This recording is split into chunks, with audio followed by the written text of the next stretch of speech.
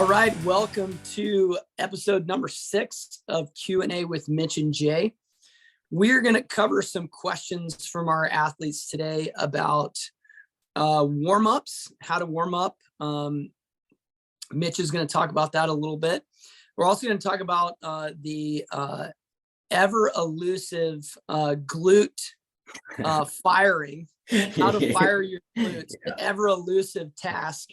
And then towards the end here, I'm going to share what I just got really pumped about the other day that I believe is the number one coaching tip that I could ever give anyone. The number one thing. I'm so pumped about this. And I haven't heard this, so I'm excited. Mitchell has no idea. Yeah. Okay. And this tip that I'm so excited about is very applicable to the aging athlete, like, getting a little bit older and dealing with staying healthy and also staying motivated, but it's applicable to everyone at some level. So yeah, let's kick it off with some warm-up talk. What you got, Mitch? Cool, man. So I get a lot of questions about warm-ups. So I just wanted to kind of break down what a warm-up should look like, at least from my perspective, and what's worked for me. And obviously a warm-up is very personal. So some people like, a lot of people might like something and a lot of people might not like something else, and even the order. But if you know the breakdown of the categories of a warm-up, you can really move them, and you have at least the knowledge to come to a consensus of what a warm-up that you like looks for and what works for you. Okay. So the first job from my perspective of warm-up is to literally warm up your body. So like a 1 degree temperature change in your body makes a huge difference in muscles and ligaments, tendons. So that's kind of what you're going for. That could be a jog, could be 5 minutes on a bike. You really want to just feel something, feel that blood starting to go. And just feel like you should feel a little bit more energized once that gets rolling. That's number 1. 1 degree of body temperature is huge. For me, I like to go next into some more larger musculature and larger muscle groups, but not dynamic quite yet. So I'll do lunges where it's like pretty big hip open and closing move. But you're not getting any sort of tenderness, pop quite yet. You're really just looking to take yourself through some larger muscle moves and some muscles that are going to be very important for speed or whatever workout you're doing there. So I like to go through lunges. There's a lunge matrix where you're doing lunges laterally, diagonally, front and back, and I feel like that works for a lot of people. What else? Like spider walks, even bear crawls, like stuff that really engages the entirety of the center of your body. And then we can start moving out to more extremities. So from there, you going into something like toe walks, heel walks, arm swings. I know the Ethiopians are big on rhythmic arm swings. And when I do them, I feel like I am sort of more active as an entirety of the body versus like, oh, this is just going to be a leg workout, which is something interesting as well. Is a lot of runners, and just to go off on a little tangent that I thought about, a lot of runners, they don't work out their upper body in any way, and they're scared to get big, when really working out your upper body, just doing some pull-ups or some push-ups on occasion, just to like keep those muscles firing, so that the body is working as a whole machine versus being compartmentalized based on running or rowing or whatever activity you're doing, I think is crucial to like injury reduction. So just tangent that I thought. So 2 things there that I love. One thing is there's a couple nationalities that tend to have upper body rhythm type work in their programs. One is the Ethiopians, definitely, and they do it in big groups. Yeah. And what I love about them too is they do it in big groups, and they practice unity and they practice rhythm. That's cool. Like sometimes we don't think about this, but like if you're in a race, part of the reason why like sometimes music and like having a song is it provides you some external rhythm. And rhythm is hugely important in running. Like if you can find a rhythm and stay in it, you can like use your rhythm and like your neurological central nervous system to stay on pace and like relax a little bit and find, like you always hear coaches say, find your rhythm, find your rhythm. I think that helps. The Japanese, Chinese do that a lot too. And then the third group that I've seen coaching athletes in my own experience, man, the Polish athletes. Oh, really? They are crazy on the drills. So I coached a girl, Justina Moody. What's up, Justina? I coached her for, 6 or 8 years when she was training for the marathon and in college. And Justina would do an hour of drills before some of her track sessions that were shorter, like a short track session. She'd do an hour of drills. Man, I adopted a lot of her stuff, and it was arm stuff, toe touches, a lot of rhythm activity. Like if you're an athlete that doesn't have rhythm, like you can gain it from doing that stuff. For sure. And, you know, what's interesting is as a sprinter, let's say a workout, you're going to be at the track for like 3 hours. Okay. An hour and a half of that is getting going, ready, drills. And then you've got this, let's say you do 10 by 200s with a couple things on each side. It's 20 minutes. You know what I mean? It's 25 minutes for the whole thing. And then you do the cool down and all that. So it's just 3 hour practice, just 25 minutes of running. So dude, I've got an anecdote there a few years ago. And somebody can fact check me if they want, but I think this is accurate. Marty Screen. Do you remember that guy? US sprinter from the 90s. Okay. Somebody followed him, and they were trying to figure out how much distance does he cover? How much does he run? If you include drills, strides, lunges, starts, all that. And it was like 40 miles a week. Oh, wow. Like as a sprinter, he was covering 30 to 40 miles a week. And we don't think about that a lot. Like if you're a sprinter and you're at the track for 3 hours, it's very easy you cover 4 or 5 miles. For sure. Yeah. You don't think, I mean, you would do 1,200 meters in a workout, or 1,600 meters is at a quarter mile, right? 12 to 1,600 meters is a workout, maybe a little bit more early season. But you're right. You are doing a couple miles there's the warm up, there's, jog corners, stride straights. There's like a couple laps of that. And you're right. I've never really thought of the warm up in regards to drills adding volume, which is pretty cool. And you take one of the professional athletes, and then you add up all that extra stuff.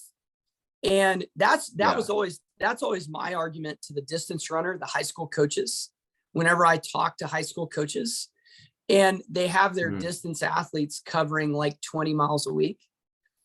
I'm like, you guys, if you add up your sprinters' work, they may actually be doing more. So let's not limit volume for some, just for the number. But anyway, that's another thing. For sure.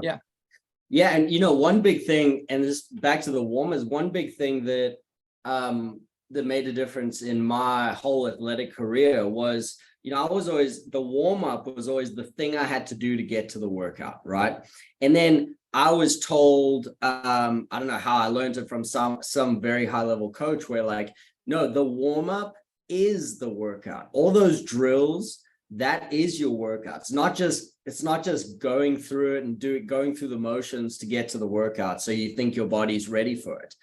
All those mechanical drills, the strides, the leg swings, the butt kicks, the fast leg, turnover drills, ankling as a sprinter, all that stuff is part of the workout. So even though the running might only last 25 minutes with rest included, you're still talking about like, if you do the warm-up with the goal of actually improving those mechanics and being very intentional about whatever you're working on within that drill, it's a huge difference. And I would always notice how like the workout went so much easier because I wasn't just going through the motions and then going next level up to get to the workout. I was in it already, right? Like I've been working out. So let's just do these 10x2s and get rolling.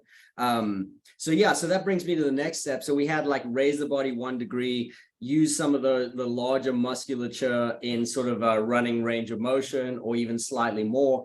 And then we get to some of the more like dynamic stuff, but more like dynamic kind of picking a joint and being dynamic, like leg swings, right? Butt kickers, all that stuff. What else? Scorpions. You know, there's a million things out there, but like I said, it's all about finding what you want. This is just the foundation of a warm-up, which is hard to build if you don't know that foundation.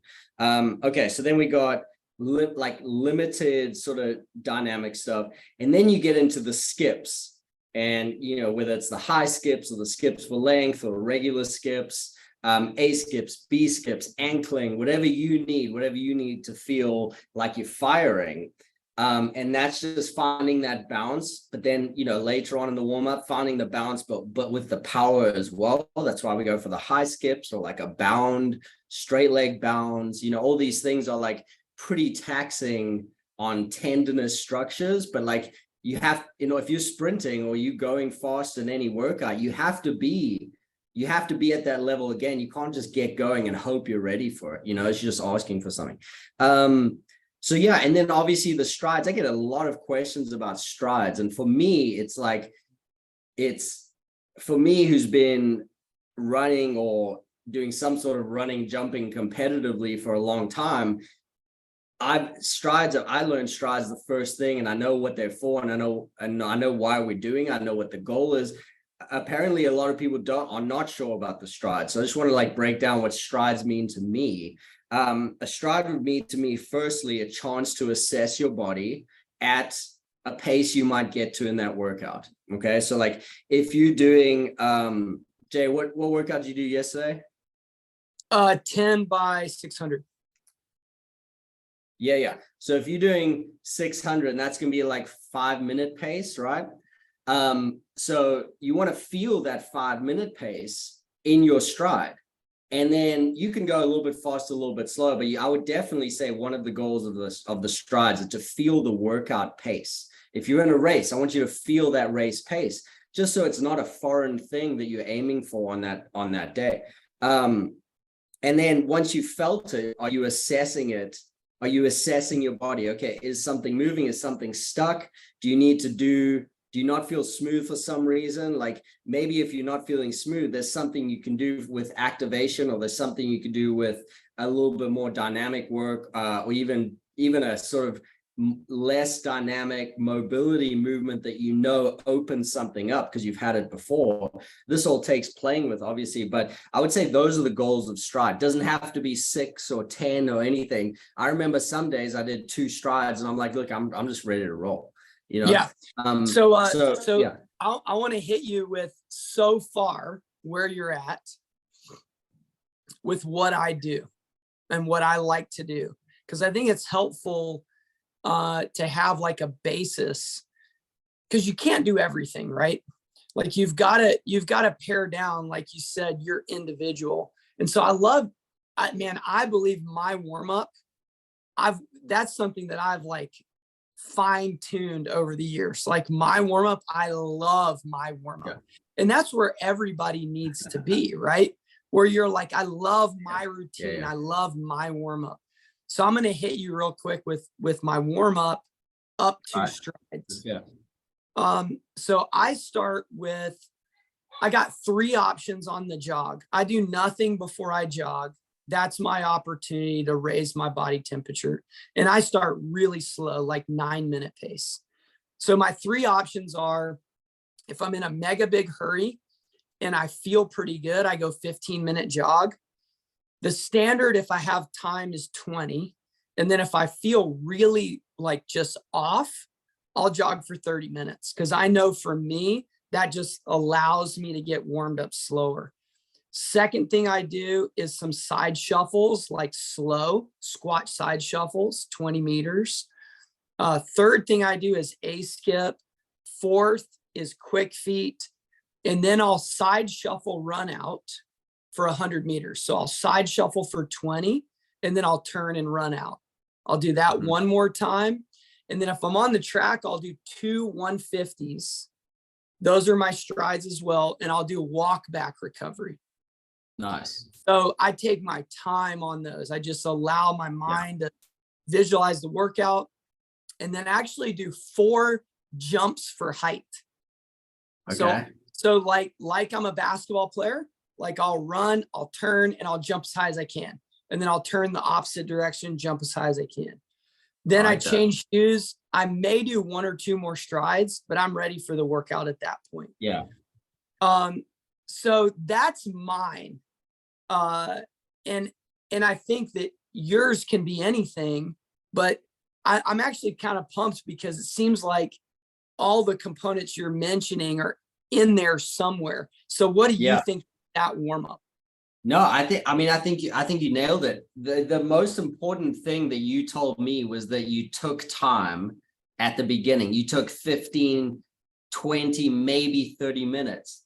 I don't know how often I'll run out the door. I'm like, okay, keep it easy. And I'm at 6:30 within 3 minutes of me starting the warm up, right? Or the easy jog. And then I'm like, all right, I'm in it now. Let's just do it. And then I just like, it's 18 minutes down the line. My body's like, all right, we didn't warm up right, bro. No, I think it's all great, man. I think, and like you said, or like we both said, it's important for the person to find what works for them. But the key, like, you can't find that if you don't know what box to put them in. So just to rehash, raise your body temperature. It only takes 1 degree to make a big difference on how your body reacts in dynamic situations. Raise your body temperature. Large muscles with a large movement, like a lunge. A lot of people struggle with the lunge position too. Like, a lot of runners are not stable in a lunge position, which is so surprising. And if you get stable in it, it makes a big difference throughout your running as well as strength training. So slightly dynamic, leg swings, hurdle drills, all that stuff. And then you get into that dynamic stuff. You like Jay and you do 3 dunks or 3 jumps for height, then that's great. Whatever works for you, but try and fit it in that box. And then you'll find, I feel like once you've got that structure, you can play with what's in it and get some benefit from the warm up, which is part of the workout, not separate. So, hey, for the record, the last time I could dunk was 2009. Okay, dude, I'm just impressed. A lot of people go through life and they can't dunk at all. So you can do it. That was awesome. I have my wife as my witness at the YMCA 2009. Very cool. Yeah. When I was playing beach volleyball, we played indoor for some reason, just in the middle of the season, and there was a basketball hoop next door. And I've always been able to jump high. It's always been one of my strengths. But in the middle of this beach volleyball season, I was peaking in terms of verticality. And I hadn't been on a basketball court in a long time. My friends are going for a dunk, and all of a sudden I go up for it. And I'm like, oh, I'm just going to get really close to the rim and lay it up, not put too much effort in. And I was up there and I realized I could just put it in. That's awesome. That was one of my highlights of dunking in my life. So did you lightly put it in, or did you throw down? Oh no, dude, I don't do anything lightly, bro. I'd rather miss with a hammer. Yeah, dude. That's awesome. All right, Jay. So let's talk about this tip that you were so psyched. I want to hear it, dude. And I'm going to give honest feedback too. Not that it matters, but. Okay. So there's a little backstory just this week, actually. Man, I went to the track on Tuesday and I warmed up like I normally do. And I ran, this almost, I almost don't want to say this because it's a little bit embarrassing, right? So I went to the track and I tried to run my first lap for this workout, and I could barely break a minute 30 for the first lap. Okay. Like I ran like 127 and I was struggling. And I was like, man, I almost started to panic, right? I was like, oh my gosh, I'm out of shape. Things are going terrible. But then I caught myself. I was like, no. And I thought about it and I was like, man, I don't know that I really fueled well yesterday evening. And I was like, I just feel a little bit tired today. And I was like, I had a great week last week. Got an amazing training week the week before. And I was like, you know what? I'm gonna bail. I'm gonna pull the plug. I'm not even gonna try. Like my body is not feeling good today. And so this is the tip. I'm going to make it super simple. I think it's applicable to everyone, but I've noticed it more as I've gotten older as an athlete. And here it is. This is the best tip I think I can give any athlete that is trying to run for a long time. And it's wait one more day. That's it. Wait one more day. And maybe like, it's don't force it. Yeah. Yeah. One more day. And so what I did is I bailed. I jogged 45 minutes, called it a day, went home, made sure I ate well, got a good night's sleep, woke up yesterday morning, and I kid you not, I was having a hard time not running 73, 74 per lap per 600. So, I mean, that's a full like 10 to 12 seconds faster a lap. And it was one of the easier workouts that I've done this year. And all I did was wait one day. Which is crazy because that was I don't know if anyone knows, like I train Jay. So I'm Jay's coach. And I put on a pretty taxing workout. And he was hitting his times and everything. But like you said, just one more day. And I think, dude, I think that's amazing. You know, my dad was an Olympic level swimmer. And even as a young kid, he used to go to the pool and he used to warm up. And then he would tell his coach, be like, not today, man. And he would his dad would just take him home because he knew that he couldn't improve that day. There's some days you just don't have it. And if that's an easy day, that's great. You got to push through that, right? But if it's a quality workout, you can't do it. It's like a waste of a day. And for a recreational, you know, even sub-elite runner, one day to nail a workout is not going to matter. I would argue even for the highest level, like you can shift things one day and still make up for the next. In 2015, I went to Kenya and I spent 27 days and I lived 1 mile from the global sports camp, which is Kipchoge's camp. Yeah. And I ran every day the mile, met them at 6 o'clock in the morning, sun's coming up, and I trained with Kipchoge's group. And mostly I trained with the women because the men are just like crazy fast.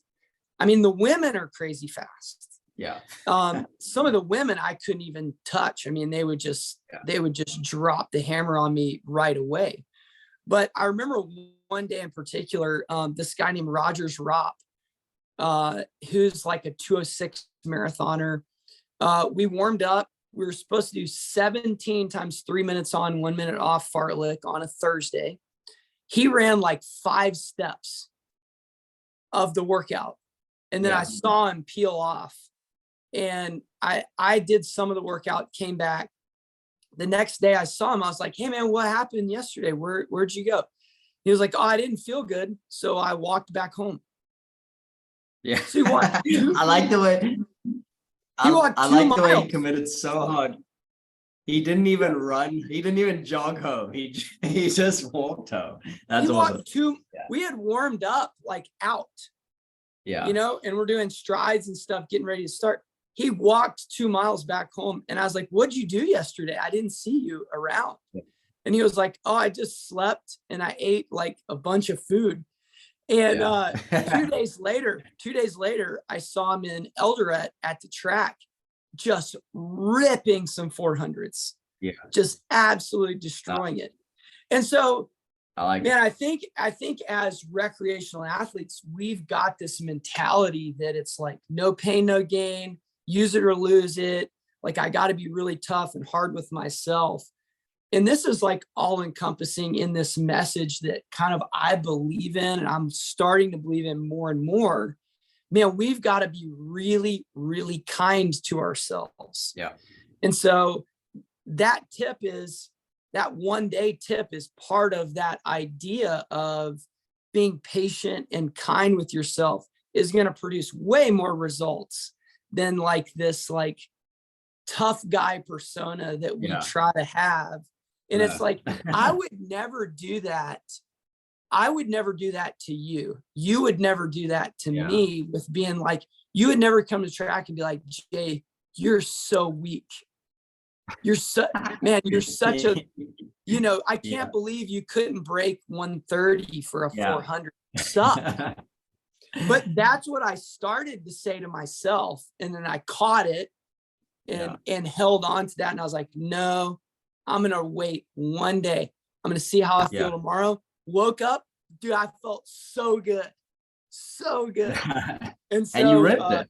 And I had a great workout, and it was smooth, and like everything went absolutely perfect. All I did was wait one day, 24 hours, and my body felt good.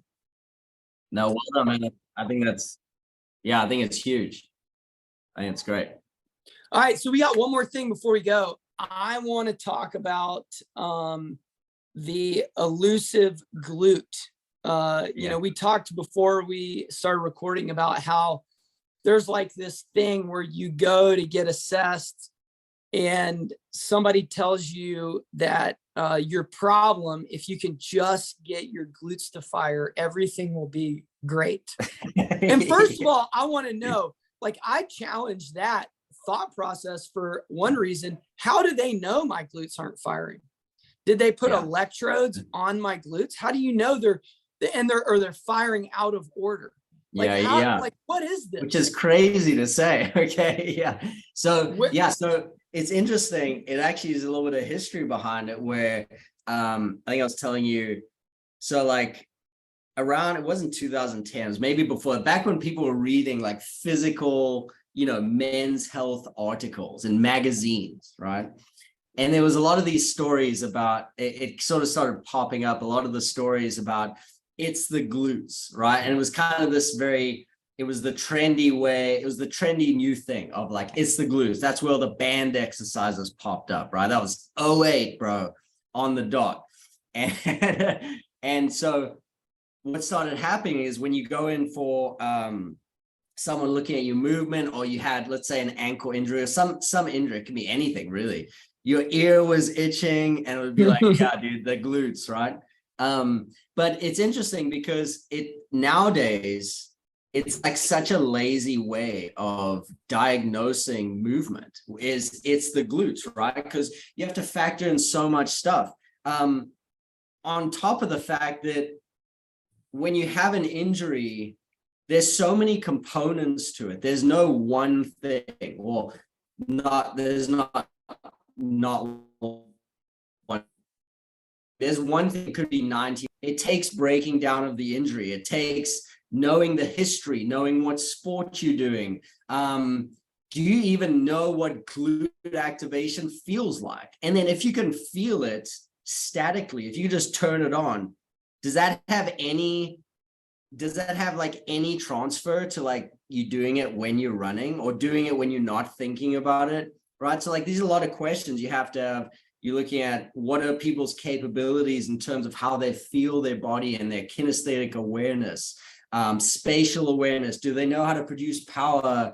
There's all these questions. So like just to say it's the glutes is like such a lazy waste, right? So then we start doing a huge amount of banded lateral steps which is changing so much stuff. It's if it's just the glutes, why are we changing everything? Because now we're talking about, oh, well, now, now I'm landing, I'm more comfortable on the outside of my foot than using my entire spring of my foot, right? And then it's like, oh, well, this is the knee position I have to land in now. That's a little bit outside the knee. Let me land on that position. And all of a sudden you're running, producing these slightly lateral forces, which you've never done before. So it's not just the glutes, you're changing everything if that's the case. And then, so I just wanted to bring to light,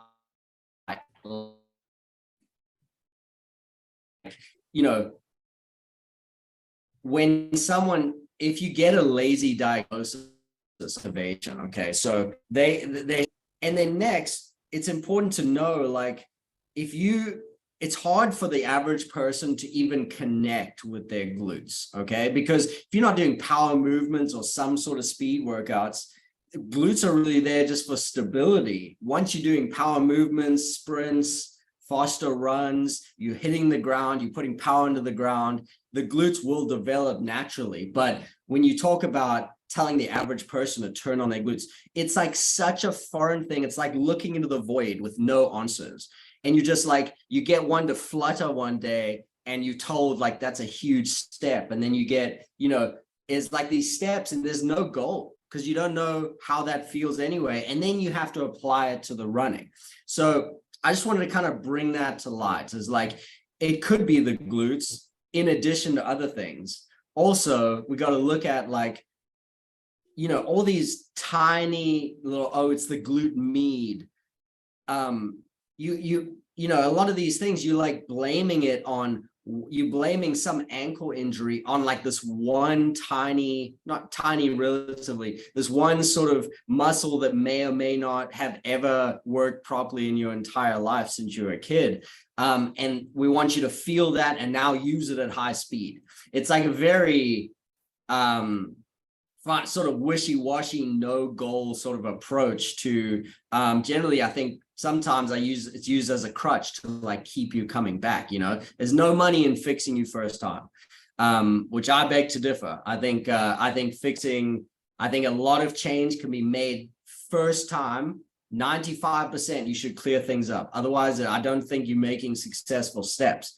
And that's something I believe in, how I approach injuries. I think we should be able to make huge amounts of changes, but it's an ankle injury and it's the glutes. I don't buy it all. Hey, so last night my wife's toe was bothering her. Yeah. And this is glutes. I know already, dude. Yeah, it's the glutes. This is definitely not a like recommendation to our listeners by any means, but I dry needled her perineal and her posterior tib, just because of where her foot was bothering her. Yeah. And this morning she woke up zero pain at all. Boom.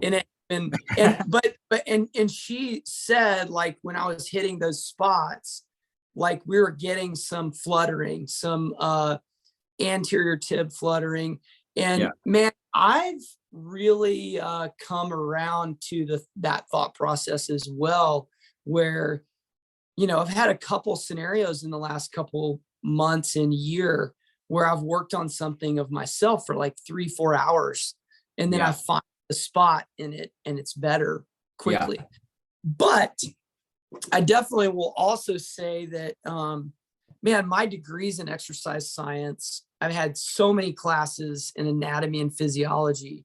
Man, it's super hard for somebody that doesn't know anatomy. They don't know what they're doing, but that doesn't mean they can't learn and they can't get better and they can't do some things. But I think, the glute issue is so interesting because I heard that for years. Yeah. Oh, their glutes aren't firing. Oh, their glutes aren't firing.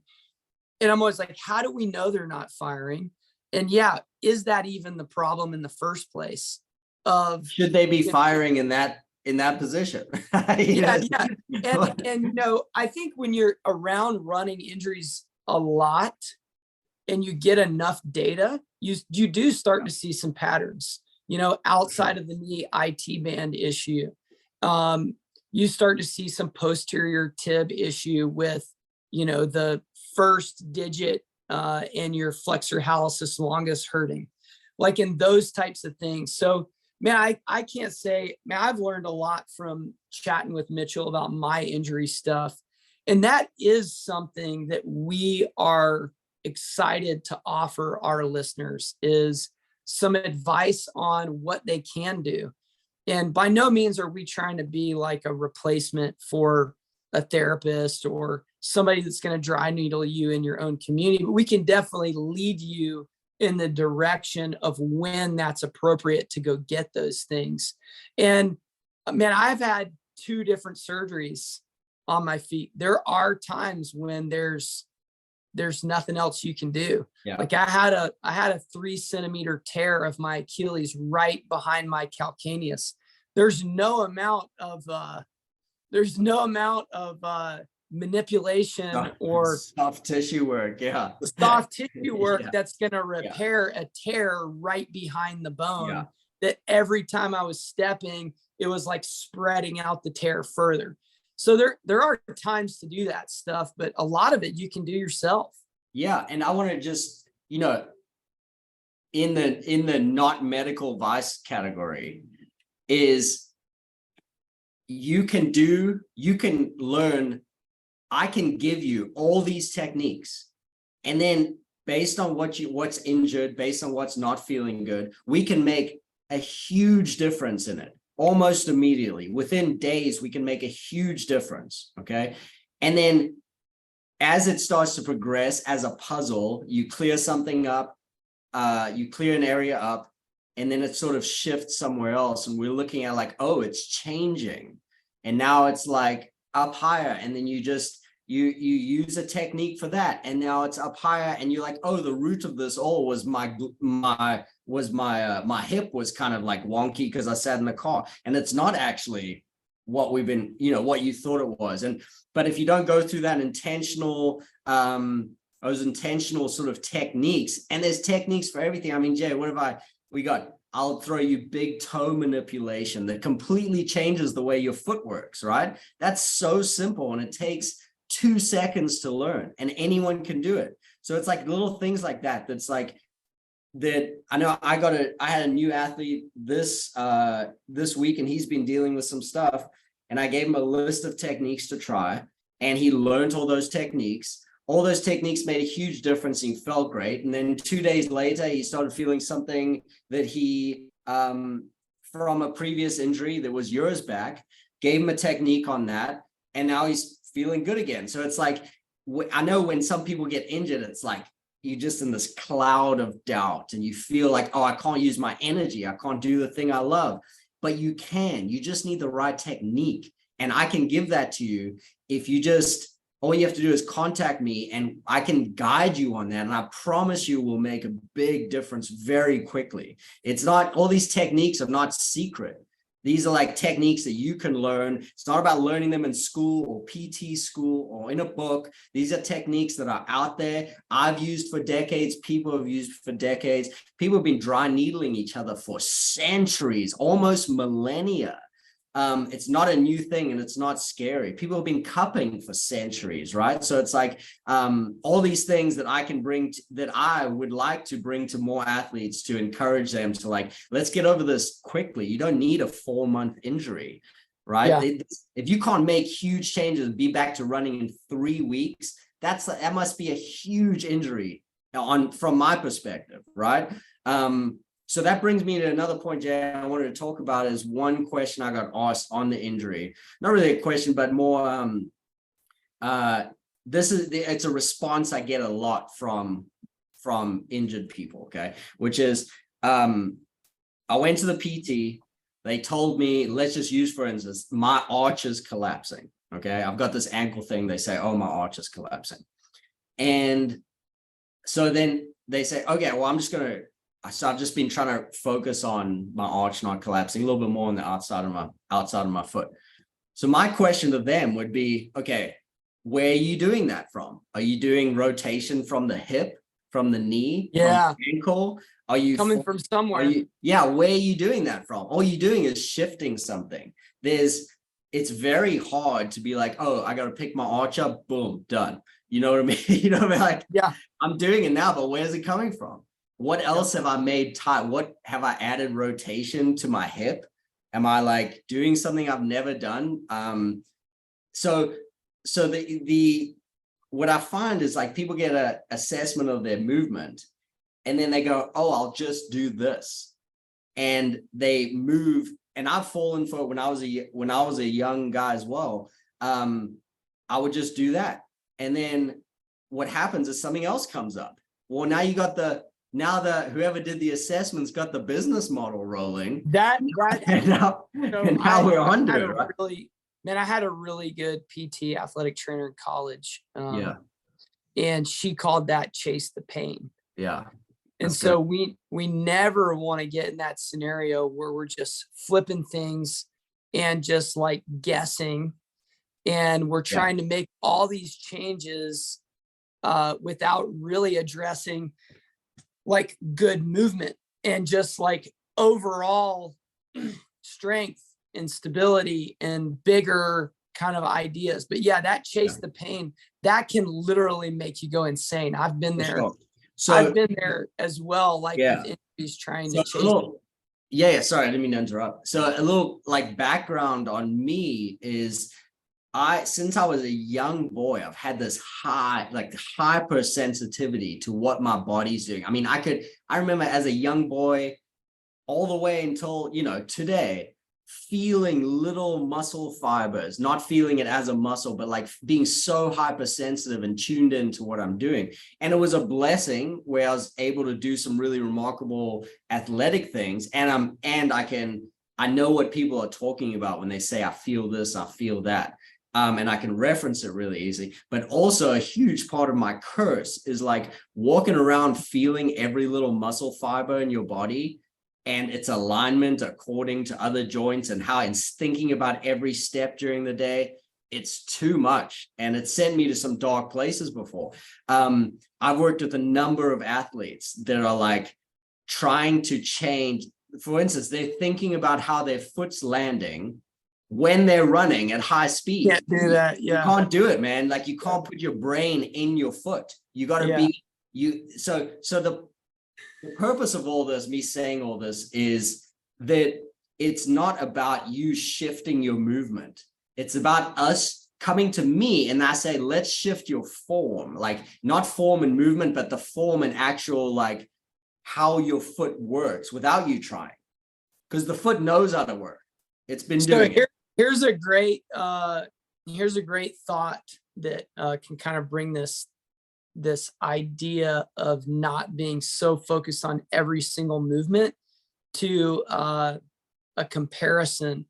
Like everyone's run a race that went well at some point and where you were almost felt like you were just on autopilot. Yeah. Like you were present and you were moving, but you just felt fluid and you sat. Mentally, you sat in that and you dug into that instead of what someone was saying or your goal or whatever. Or maybe it was just a run where you're like, oh my gosh, that run was incredible. Yeah. That's what's happening in those runs. And actually, Ryan was talking about that on our text list last week. We have a text list that goes out to all of our athletes each week. And Ryan was talking about in a marathon, the last thing you want to do is like super pump yourself up for the first 20 miles. Yeah. You don't want to say all the encouraging things to yourself. You kind of want to get through the first 20 with as little emotional, mental energy as you can, because 2.5 hours, 3 hours, 4 hours of being 100% mentally dialed in is too much for your mind. 100%. And that's what you're talking about. If you're daily dialed in to every movement, every feeling, and every sensation, it's too much. 100%. We've got to get to the point where, in my mind, I call it going neuro. Like that's just my own mind. Like I just want to be in this neurological place where my body is just doing what it's supposed to do without me even being really present mentally to every movement. And thinking about how your foot hits the ground at speed. Bro, I've been there. It's too much, man. It's happening so fast. With thousands, millions of different things going on, and you want to control it is like such it's an ego overload. It's data overload. So what I want to encourage in that state is kind of there's steps to that, to getting to what you call neuro, right? I call that step trusting your body. There's at some point after an injury where you have to say, has to be a line in the sand, say, okay, now I trust my body and I shut off all the thinking. Because in the injury, it's understandable during your comeback, right? But there has to be a point at which you shut that off and say, I trust my body. And from here on up, it's not thinking, okay? So what the important part is not the changing of the movement. The important part is, let's say your foot, you've been collapsing in on your foot and your big toes starting to go in, and you notice you're collapsing a little bit to the arch of the foot. Well, then we look at, okay, not go to the outside of the foot, but like, how can we get that big toe in a position where it works properly? You know, it's not about working around it. It's about saying, no, well, your big toe would do the naturally correct thing if it was able to, but whether through patterned or immobility or whatever it is, lack of use or shoes, something's happened. But that's the thing, we can fix that something. It's not about going around. It's about just fixing it. If you have a keen eye, you have someone who can assess those things on it within your run gait or within some sort of movement pattern. A keen eye can spot the things that are not working, and it might not be the glutes, and then can like correct that the function of the thing, not giving you something else to think about how to move completely unnaturally than your body wants to. Okay. And secondarily, all runners collapse in. It's the reason your foot springs, right? What it comes down to is, are you collapsing in as are you being lazy in, or are you able to control it? Do you have the capability to control? Notice I said the capability, not the control to control it, just the capability control, because the body will do it by itself. Okay. So once we get to that trust your body part, everything here up from here is rehab. Once you get to the trust your body part, you want it to be able to go fluidly without the thinking. And I think taking that thought out of post rehab is a crucial part to like the comeback of an injury. Yep. 100%. Sweet, man. All right. Well, dude, I think we dropped some serious knowledge today. That was fun.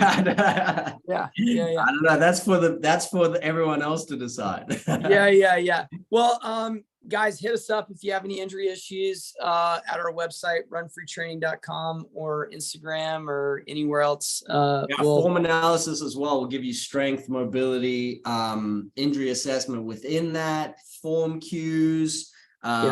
And your form cue might say you're thinking about it too much, among other things. So hit us up and we can help you with whatever you need.